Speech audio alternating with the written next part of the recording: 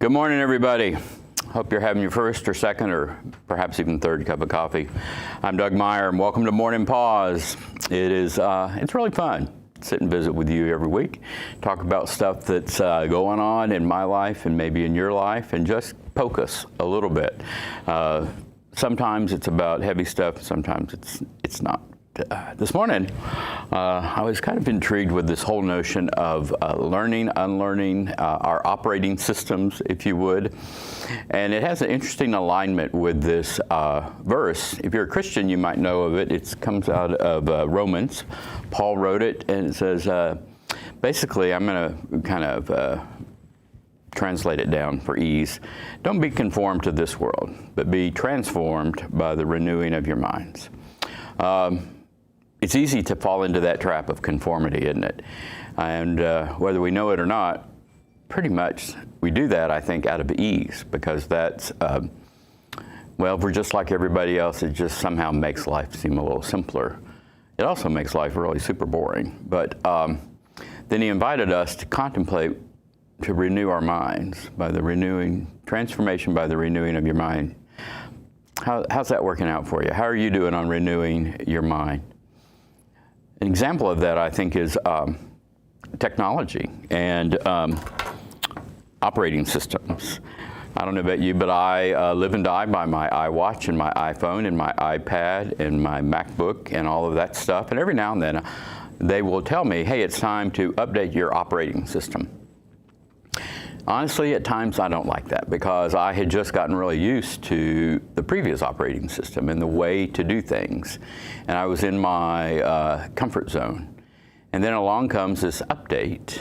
And it takes me a while to adapt and to adjust to that. And, you know, isn't that really kind of what real life is about, is constantly updating our operating systems, or at least having the choice to live into that.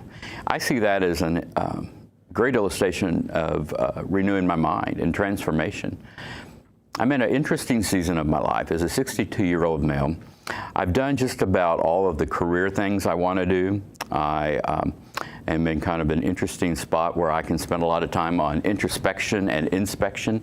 And what I'm finding is that I feel really challenged and excited by updating my operating system, by looking at what I thought to be true and discarding, hitting the delete button on a lot of stuff. You know, in the big scope of the world, we all did that over the last couple months in the pandemic, right?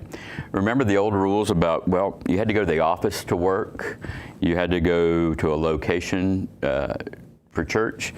If you wanted to have a serious conversation with somebody, you met up at Starbucks or a restaurant or a bar. And the pandemic blew all that up, right? All those rules, for most of us, went out the window. I know a lot of people now who are settling into a routine of working from home. We know a lot of people who are settling into a routine of doing church online. I know a whole lot of people who do FaceTime or Zoom conversations with their family over coffee every Saturday morning. So I think that's an easy illustration of updating your operating system. A fun one I came across the other day was, even in our foods and the things that we eat or drink. Imagine this, back in the mid-1800s, pre-Civil War, tomatoes were thought to be poisonous. Can you imagine?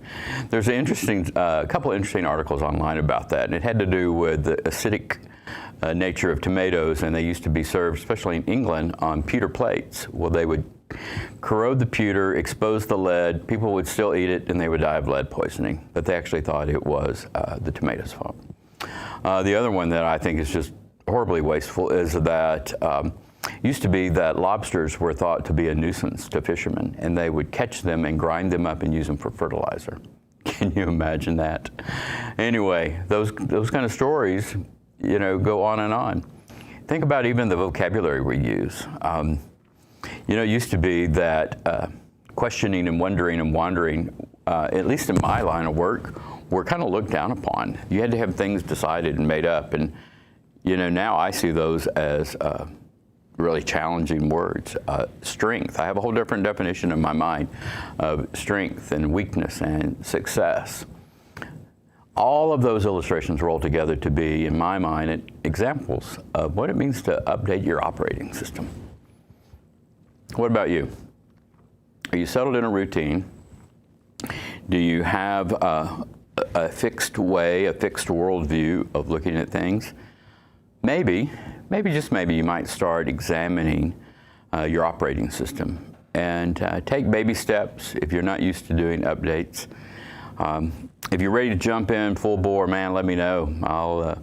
I'll poke you or I'll ride along with you, because what used to be terrifying in the element of change now for me is exhilarating, and it's a fun ride. It really is. So I hope today has challenged you to think about what are you doing? Are you living into transformation, or are you a conformist and you're really comfortable with your old jeans and your old socks and your old warm sweatshirt of life? So give it some thought, give it some prayer, have a conversation with a friend. In the meantime, as always, we're really glad you tuned in, and hope you'll share it with a friend. Close with me now as we take a really deep breath and say a prayer. God, help me when I get stuck in my ways, when I begin saying, well, this is how we've always done it. When I make up rules for life, whether it is life with others or life with you or life with your creation. Poke me, jar me, kick me in the hiney. Help me to see that there are so many other ways looking at the world and looking at life. Thanks, God. Amen. Have a great day, everybody.